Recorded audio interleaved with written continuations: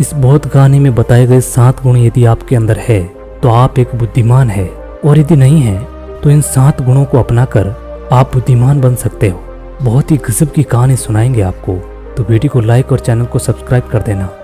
चलिए शुरू करते हैं। एक समय की बात है, एक राजा ने अपने मंत्री से कहा कि मंत्री जी, आपको क्या लगता है, क्या मैं इस नगर का सबसे बुद्धिमान व्यक्ति हूँ? अब मंत्री राजा के पास नौकरी करता था, तो उसने कहा कि राजा साहब कैसी बात करते हैं, आप नगर के राजा हैं तो सबसे बुद्धिमान ही हुए। राजा ने कहा नहीं मंत्री जी, राजपाट तो मुझे विरासत में मिला है, लेकिन बुद्धि विरासत में नहीं मिलती। सच बात बताओ मंत्री जी, क्या मैं बुद्धिमान हूँ? तो मंत्री जी ने कहा नहीं राजा साहब, आप इस नगर के सबसे बुद्धिमान व्यक्ति नहीं हैं। यह बात सुनकर राजा को थोड़ा सा गुस्सा आया, लेकिन राजा ने गुस्सा किया नहीं, क्योंकि राजा को पता था कि बुद्धिमान व्यक्ति कभी गुस्सा नहीं करता है। राजा ने अपने मंत्री से कहा कि मंत्री जी, तो फिर बताओ कि बुद्धिमान व्यक्ति कैसा होता है? तो मंत्री ने कहा राजा साहब, मैं भी कोई बुद्धिमान नहीं हूँ। इस नगर में बहुत सारे बुद्धिमान व्यक्ति हैं, लेकिन हमें उनको ढूंढना पड़ेगा। तो राजा ने कहा ठीक है, इसमें ढूंढने की क्या जरूरत है, हम यहाँ के राजा हैं। आप नगर में ढिंढोरा पिटवा दीजिए कि जो बुद्धिमान व्यक्ति हो वो हमारे राज्य में आ जाए, उसको राजा साहब बुला रहे हैं। ये बात सुनने के बाद मंत्री जी कहते हैं कि राजा साहब, बुद्धिमान व्यक्ति कभी भी अपने आप को बुद्धिमान नहीं कहता है, इसलिए यदि हम ढिंढोरा पिटवा भी देंगे तो हमारा राज्य मूर्खों से भर जाएगा, क्योंकि मूर्ख आदमी ही अपने आप को बुद्धिमान कहलाएगा, और वो अपने आप को बुद्धिमान साबित करने के लिए यहाँ आके अनाप शनाप बातें करेगा। इसीलिए हमें कोई और तरीका अपनाना होगा। उसके बाद मंत्री जी रात भर सोचते हैं कि ऐसा कौन सा तरीका अपनाऊं कि जिससे कि बुद्धिमान व्यक्ति हमारे राजा के पास आ जाए। दूसरे दिन मंत्री जी राजा के पास जाते हैं और कहते हैं कि राजा साहब, उसके लिए मेरे पास एक बहुत ही अच्छी तरकीब है। यदि हम यह तरीका अपनाते हैं तो बहुत ही जल्दी बुद्धिमान व्यक्ति हमारे पास आ जाएगा और हम उसे पकड़ लेंगे। राजा ने कहा ठीक है, बताओ कौन सा तरीका है? मंत्री जी ने कहा कि हम पूरे नगर में एक ढिंढोरा पिटवा देते हैं कि जो कोई भी व्यक्ति हमारे राजा ने जो कभी ना सुनी हो ऐसी बात कोई हमें आके बताएगा तो हम उसको 1000 मोहरे देंगे। यह सुनने के बाद राजा थोड़ा सा हैरान हुए। राजा ने कहा मंत्री जी, आप क्या चाहते हैं कि हम कंगाल हो जाएं? ऐसे तो बहुत सारी बातें हैं जो हमने नहीं सुनी हैं, और कोई व्यक्ति आके हमें ये बातें बताएगा तो हमें 1000 मोहरे देनी होगी, और भला वो व्यक्ति बुद्धिमान कैसे हो सकता है? मंत्री जी ने कहा कोई बात नहीं राजा साहब, इसका भी एक तरीका है। हमें कोई भी नई बात बताएगा तो हम कह देंगे कि ये बात तो हमने सुन रखी है, और यदि हम ऐसा कह देंगे तो हमें 1000 मोहरे नहीं देनी पड़ेगी। लेकिन जो बुद्धिमान व्यक्ति होगा वो हमसे कोई नई बात नहीं करेगा, बल्कि वो व्यक्ति 1000 मोहरे पाने के लिए कुछ ऐसा तरीका अपनाएगा कि हमारे पास कोई और रास्ता नहीं बचेगा और हमें वो 1000 मोहरे देनी ही पड़ेगी। यदि कोई ऐसा व्यक्ति हमारे सामने आएगा तो हम उसे पकड़ लेंगे, क्योंकि वही व्यक्ति बुद्धिमान होगा। उस राजा ने पूरे राज्य में ढिंढोरा पिटवा दिया। अब बहुत सारे लोग आने लगे, नई नई बातें बताते। हर बात को सुनकर राजा यही कहता कि भाई ये बात तो मैंने सुन रखी है। दूसरे राज्यों से भी लोग आने लगे, क्योंकि 1000 मोहरों के लालच में बहुत सारे लोगों ने अलग अलग बातें बताई। कोई आदमी बहुत पुरानी बात बताता, कोई व्यक्ति बहुत दूर की बात बताता, लेकिन हर बात को सुनकर राजा एक ही कहता कि ये बात तो मैंने पिछले साल ही सुनी है, ये बात तो मैंने अपने पिताजी से सुनी है। ऐसे करते करते बहुत लोग आए, और हर आदमी की बात सुनने के बाद राजा एक ही कहता कि ये बात मैंने सुन रखी है। थोड़े दिन बाद एक साधु राजा के दरबार में आता है और कहता है राजा साहब, क्या नई बात बताने पर आप ही यहाँ पर मोहरे बांटते हैं? राजा ने कहा हाँ, हम कोई नई बात बताने पर उसको मोहर देते हैं, लेकिन बात ऐसी होनी चाहिए जो हमने कभी ना सुनी हो। साधु ने कहा ठीक है राजा साहब, ये बात मैंने अपने दादाजी से सुनी है। मेरे दादाजी बताया करते थे कि हमारे परदादा के पास बहुत ज़्यादा धन था, और आपके परदादा जो पृथ्वी सिंह थे वो यहाँ के राजा थे। लेकिन एक बार कुछ ऐसा हुआ था जो शायद आपको पता नहीं होगा। पृथ्वी सिंह जी जब यहाँ राजा थे उस समय हमारे नगर में एक अकाल पड़ा था, जिसके अंदर लोगों को बहुत ज़्यादा नुकसान हुआ और राजपाट में धन की कमी हो गई थी। और मेरे परदादा के पास बहुत ज़्यादा धन था, और आपके परदादा जी मेरे परदादा जी से 2000 सोने की मोहरें उधार में ली थी। मेरे परदादा जी कहा करते थे कि यदि वो पृथ्वी सिंह जी मेरे पिताजी को वो 2000 मोहरें लौटा देते तो हम कभी भी गरीब नहीं रहते।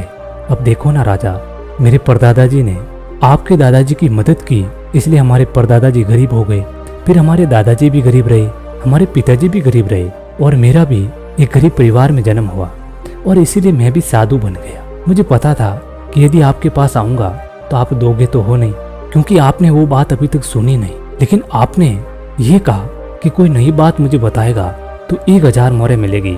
इसीलिए मैं आपको ये बातें बताने आया ताकि आपको इतनी पुरानी बात का पता चले। अब ये बात सुनने के बाद मंत्री को पता चल गया कि नगर का यही व्यक्ति बुद्धिमान है, क्योंकि अब राजा फंस चुके थे। अब राजा ये कह दे कि नहीं, मैंने ये बात नहीं सुनी, तो शर्त के मुताबिक 1000 मोहरें उस व्यक्ति को देनी पड़ेगी, क्योंकि राजा ने इसी बात का ढिंढोरा पिटवाया था कि कोई नई बात मुझे बताओ। और यदि राजा ये कह दे कि नहीं, ये बात मैंने सुन रखी है, तो फिर जो 2000 मोहरें उधार ली थी वो उसको लौटानी पड़ेगी।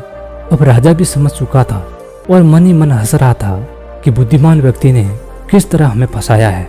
उसके बाद वो राजा उस साधु के चरणों में गिर पड़ा और कहा कि साधु बाबा, हम ये बात देखना चाहते थे कि कोई व्यक्ति कितना बुद्धिमान है। मेरे और मंत्री जी के बीच में एक शर्त लगी थी कि हमारे राज्य में मेरे से भी ज्यादा कोई बुद्धिमान व्यक्ति है और हम बुद्धिमान व्यक्ति को पकड़ना चाहते थे, और देखो हमने आपको पकड़ लिया। उसके बाद सारी बात साधु को भी समझ आ गई थी। साधु ने कहा, राजा साहब, मैं तो बस इस होड़ को खत्म करना चाहता था। मुझे जब पता चला कि आप मोहरें बांट रहे हो तो पूरे नगर में किस तरह एक भागदौड़ सी मच गई। सब लोग अपना कार्य छोड़कर इस काम में लग गए। अब देखो ऐसा कितना दिन चलेगा। यदि वो अपना काम छोड़कर इस काम में लगे रहेंगे तो हमारे राज्य का क्या हाल हो जाएगा। मैं तो बस इस बात को तोड़ना चाहता था, इसलिए मैंने ये तरकीब अपनाई। उसके बाद वो राजा कहते हैं, साधु बाबा, लेकिन एक बुद्धिमान व्यक्ति होता कैसा है? कौन से गुण होते हैं जो उसे बुद्धिमान बनाते हैं? उसके बाद वो साधु बाबा कहते हैं कि वैसे तो बुद्धिमान व्यक्ति को पहचानना काफी मुश्किल होता है, क्योंकि बुद्धिमान और मूर्ख व्यक्ति एक जैसे ही दिखते हैं, लेकिन दोनों में बहुत बड़ा फर्क होता है।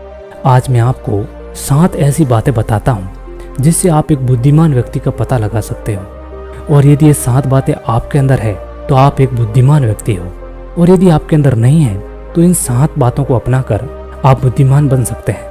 उसके बाद वो साधु बाबा कहते हैं, बुद्धिमान व्यक्ति का सबसे पहला गुण होता है कि वह हर काम को समय के अनुसार करते हैं, फालतू समय को भी उपयोग में ले लेते हैं, और इसके लिए वो सबसे महत्वपूर्ण कामों को सबसे पहले करते हैं। बुद्धिमान लोग समय को धन से अधिक महत्व देते हैं, क्योंकि वे लोग इस बात को अच्छे से समझते हैं कि इस दुनिया में समय ही चीज है जो सबसे निश्चित मात्रा में है और जिसे किसी भी तरीके से बढ़ाया नहीं जा सकता। इसीलिए वो हर काम की सूची बनाते हैं और उन्हें समय पर पूरा करने का प्रयास करते हैं। बुद्धिमान लोग आलस्य और टोल मटोल नहीं करते। वो आलस्य को अपना सबसे बड़ा शत्रु मानते हैं। वो खुद को इन दोनों आदतों का शिकार कभी नहीं होने देते। काम को टालने की आदत इंसान को कभी आगे नहीं बढ़ने देती, और व्यक्ति के असफलता का सबसे बड़ा कारण होता है कि उसके अंदर आलस्य है और वो अपने काम के लिए टाल मटोल करता है। दूसरा गुण जो बुद्धिमान व्यक्ति में होता है वो होता है कि उसको किसी से शिकायत नहीं होती। वो समझते हैं कि इंसान गलतियों का पुतला होता है, इसलिए माफ कर देते हैं। यदि बुद्धिमान व्यक्ति के सामने कोई व्यक्ति गलती कर भी देता है तो वो उसको सिर्फ समझाता है, ना कि उस पर गुस्सा करता है, क्योंकि उसे पता है कि गलती इंसान से होती है और बुद्धिमान व्यक्ति अपनी गलतियों से सीखता है। यदि वो गलती कर भी लेता है तो उसे पता है कि मैं एक ही बार गलती करूंगा, दूसरी बार गलती नहीं करूंगा। कहते हैं ना कि एक बार इंसान गलती करता है, लेकिन उसी गलती को यदि वो दूसरी बार दोहरा दे तो वो इंसान नहीं, वो मूर्ख है। इसलिए बुद्धिमान व्यक्ति यदि गलती कर भी देता है तो वो एक ही बार करेगा और उस गलती से बहुत कुछ सीख लेता है। तीसरा गुण बुद्धिमान के अंदर होता है कि वो कभी भी गुस्से में कोई फैसला नहीं लेता और ना ही कभी ज्यादा खुशी में कोई फैसला लेता है, क्योंकि उसे पता है कि गुस्से के अंदर लिया हुआ फैसला कभी भी फायदा नहीं पहुंचाता, क्योंकि गुस्से में हमारा दिमाग काम करना बंद कर देता है और उस समय हमें कोई फैसला नहीं लेना चाहिए। और दूसरी बात है, खुशी में कोई फैसला नहीं लेना चाहिए, क्योंकि जब हम खुश होते हैं तो उस समय हम कुछ ऐसा फैसला ले लेते हैं कि उसका हमें बाद में पछतावा होता है। इसलिए बुद्धिमान व्यक्ति जानता है कि ना तो गुस्से में कोई फैसला लेना चाहिए और ना ही कभी ज्यादा खुश हो उसमें कोई फैसला लेना चाहिए। इसलिए जब कोई बुद्धिमान व्यक्ति फैसला लेता है तो वो बैठकर सोचता है कि इसका क्या परिणाम होगा। वो दोनों परिणामों को देखता है, सही को भी देखता है और गलत को भी देखता है, और उसके बाद ही वो कोई फैसला लेता है। चौथा गुण जो बुद्धिमान के अंदर होता है वो होता है कि वो अपने मन की बातें कभी किसी को नहीं बताते हैं। बुद्धिमान लोग इस बात को जानते हैं कि आज जो हमारा मित्र है वो कब हमारा शत्रु बन जाए पता नहीं चलता। वो अपनी व्यक्तिगत बातें, अपनी कमजोरियां और अपने भेद किसी को नहीं बताते, लेकिन ज्यादातर लोग अपने मन की बातें, अपने घर की बातें, ऐसी बातें जो दूसरों को बताते हैं, उसके बाद वो उन्हीं बातों की वजह से बुरे फंस जाते हैं। उन्हें दुख मिल जाता है, धोखा मिल जाता है, फिर वो उस परेशानी में पड़ के दूसरे लोगों को दोष देते हैं। इसीलिए बुद्धिमान व्यक्ति ऐसा कभी नहीं करता, क्योंकि उसे पता है कि घर के भेद या अपने भेद दूसरों को बताएंगे तो इससे हमारा ही घाटा है, हमें ही नुकसान है। पांचवा गुण जो बुद्धिमान के अंदर होता है, वो सब लोगों से बातचीत करते हैं। ऐसा इसलिए करते हैं ताकि हर किसी का तजुर्बा सीखने को मिल जाए। इस बात को समझते हैं कि किसी भी क्षेत्र का सफल व्यक्ति सिर्फ कुछ ही मिनटों में उन्हें वो बातें बता सकता है जिसे सीखने में सालों लग जाते हैं। एक बुद्धिमान व्यक्ति सफल व्यक्ति के साथ साथ उसकी असफलताओं से भी सीखता है और उन सभी बातों पर अमल करता है जो उसके सीखने लायक हो, क्योंकि एक व्यक्ति यदि अपने जीवन में सीखने की कोशिश करता है तो उसकी उम्र कम पड़ जाती है। ये चाणक्य ने भी कहा है। इसीलिए हमें दूसरे व्यक्तियों से सीखना चाहिए, उनकी सफलताओं से भी सीखना चाहिए और उनकी असफलताओं से भी सीखना चाहिए। छठा गुण जो बुद्धिमान के अंदर होता है, यदि वो कोई भी कार्य शुरू कर रहे हैं तो उस कार्य को होने के बाद ही दूसरों को बताते हैं। लेकिन जो बुद्धिहीन व्यक्ति होते हैं वो अपना काम शुरू करने से पहले ही ढिंढोरा पीटना शुरू कर देते हैं। यही उनकी सबसे बड़ी कमी होती है, क्योंकि यदि हम कोई काम की शुरुआत करें और हम किसी दूसरे को बताते हैं तो यदि वो बात हमारे किसी दुश्मन को पता चल गई तो हमें नुकसान पहुंचा सकते हैं। हमारे लिए कोई गलत बातें सोच सकते हैं जिससे कि हमारे उस कार्य के अंदर रुकावटें आ सकती है। इसलिए बुद्धिमान व्यक्ति अपना कार्य पूर्ण होने के बाद ही लोगों को बताते हैं जब वो कार्य सफल होता है, क्योंकि यदि हम कार्य से पहले ही दूसरों को बता देंगे और यदि हम उस कार्य में असफल हो जाते हैं तो लोग हमारा मजाक उड़ाना शुरू कर देते हैं। इसलिए बुद्धिमान व्यक्ति वो बातें किसी को नहीं बताते। यदि वो सफल होते हैं तभी दूसरों को बताते हैं और असफल हो जाते हैं तो वो किसी को नहीं बताते, ताकि वो फालतू की बातों से बच सके। और सातवां गुण होता है कि बुद्धिमान व्यक्ति कभी भी अपने आप को बुद्धिमान नहीं कहता है, वो हमेशा सीखता रहता है। वो एक शिष्य बनकर रहता है, क्योंकि जब आदमी कोई गुरु बन जाता है तो उसको सीखने की जरूरत नहीं होती, वो दूसरों को सिखाता है। लेकिन बुद्धिमान व्यक्ति कभी भी अपने आप को गुरु नहीं मानता, वो हमेशा अपने आप को शिष्य मानता है, ताकि दुनिया की नई बातें सीखने को मिले। क्योंकि यदि हमें कोई सीखना हो तो हमें छोटा बनना होगा। बड़ा बनकर हम कोई भी चीज नहीं सीख सकते, कोई भी बात नहीं सीख सकते। उसके बाद वो साधु महात्मा कहते हैं कि इसीलिए राजा साहब आपने इतना अच्छा तरीका निकाला एक बुद्धिमान व्यक्ति को पकड़ने के लिए। यदि आप सीधे ही लोगों को ये बताते कि कोई बुद्धिमान हो और हमारे राज्य में आ जाओ तो बहुत सारे मूर्ख लोग आ जाते। बुद्धिमान कभी नहीं आता, क्योंकि वो अपने आप को बुद्धिमान नहीं मानता है, और ये बुद्धिमान का सबसे बड़ा गुण होता है। उसके बाद वो महात्मा कहते हैं राजा साहब यदि ये 7 गुण आपके अंदर है तो आप बुद्धिमान है, और यदि नहीं है तो आप इनको अपनाकर बुद्धिमान बन सकते हो। उसके बाद वो महात्मा वहाँ से चले जाते हैं। तो दोस्तों, कैसी लगी आपको कहानी? उम्मीद है इस कहानी से आपको बहुत कुछ सीखने को मिला होगा। यदि कहानी अच्छी लगी तो वीडियो को लाइक और चैनल को सब्सक्राइब कर देना। मिलते हैं अगली कहानी में, तब तक के लिए अपना ख्याल रखें।